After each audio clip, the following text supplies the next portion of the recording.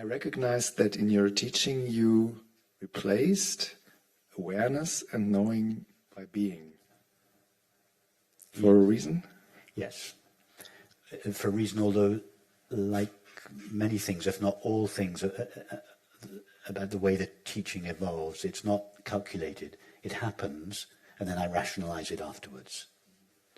But you're right, I have noticed, many of you will have noticed over the last year or so that I rarely use the word consciousness or awareness. Why? Because if I were to say to you, Udo, is it clear to you that the essential nature, well, you're an old-timer, so you'll say yes, but pretend that it's not clear to you. If I were to say to you, is it clear to you that the essential nature of this glass is consciousness? Most people would say, no, that's an inert physical object. That's a leap of faith to consider consciousness, the essence of this glass. Then you get into a whole intellectual conversation about panpsychism and cosmopanpsychism. So, I mean, it's true the ultimate reality of this glass is consciousness, but it's a lengthy process to get there. But if I said to you, is it clear to you that the essential nature of this glass is being? It's obvious. Everybody in common parlance, they say the glass is full of water, the glass is transparent, the glass is small, the glass is, the glass is, ... the glass is, ... Isness is obviously the essence of the glass. All its qualities of transparency, fullness, size, these are all added to its isness. So there's no, you don't have to think. You don't have to, it's just obvious, the reality, the essential nature, that which cannot be removed from the glass. It's not always full of water, but it always is. It's not always transparent, but it always is. That's obvious. It's anyone can understand that. So it's more, and then you transpose that to the jug and the table and the glasses and the chair and the floor, and you realize that isness, being, is the common factor of everything, just like amness is the common factor of all our internal experience. And if isness is the common factor of all things,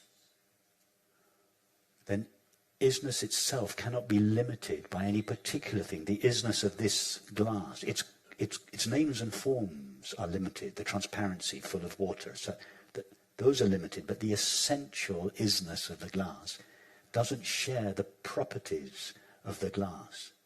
But that's true of this, and that's true of this. It's true of everything. So isness, it is not limited. It's the essential nature of everything, but it is not limited to anything. It's unlimited. The isness or the being of each of these apparently separate objects is the same being. They're only separate objects at the level of appearances, at the level of names and forms, but their reality is one. The reality of the universe. We even speak about it in common parlance. It's not a multiverse, it's a universe.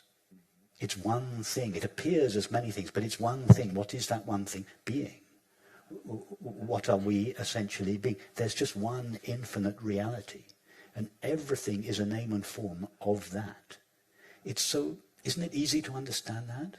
I mean, couldn't you explain that to a 5-year-old and they'd get it? No. But if you say the reality of this, the reality of our inner life is obviously consciousness. If I were to say to you, knowing is all you ever experience, but knowing is the fundamental, the essence of all experience on the inside. That's obvious. Everything that we experience appears in mind, and mind is made of consciousness. But to suggest that this is made out of pure knowing, it's more philosophical. It's less experiential. So in the early days, I was more philosophical. In fact, what we're doing now is really the essence of philosophy, but it's experiential philosophy. I want us to go with people as quickly and as easily and as efficiently and as directly as possible to the ultimate nature of reality. And to go there simply. So it's not important for the the teaching to be accurate. It's important for the teaching to be effective.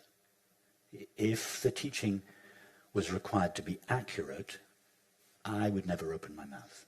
It's not possible to say a true word about the nature of reality. So I usually leave it to the end of a retreat before admitting that nothing I've said this week is true. But remember the Zen master, if I speak, I tell a lie. But if I remain silent, I'm a coward. So Picasso said the same thing about art. He said, all art tells a lie, but it points to the truth. The teaching's the same. All the teaching tells a lie. If you really wanted to, if you were that way inclined, you could pick holes with every single statement I've made this week, and eventually the statement would turn out to be not completely true. It's not important that it's true. It's important that it takes us experientially to reality.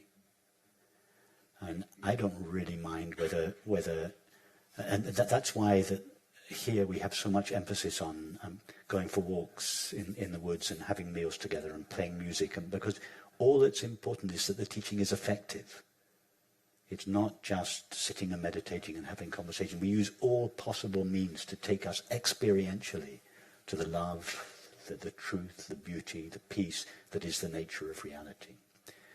So over the years, my language has changed in order to try to become more effective, more experiential, and hence using the word being more than the word consciousness.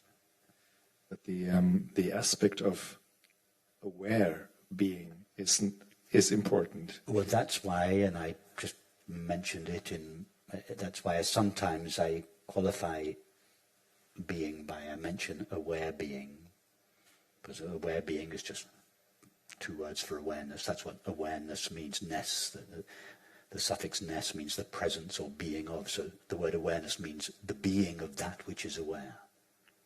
So being, awareness, consciousness, they all mean the same. So yes, we could have, if you were to take a transcript of meditations and conversations this week, and you were to replace the word being with the word consciousness, it would all be equally true. But I don't think it would be so effective, so experiential.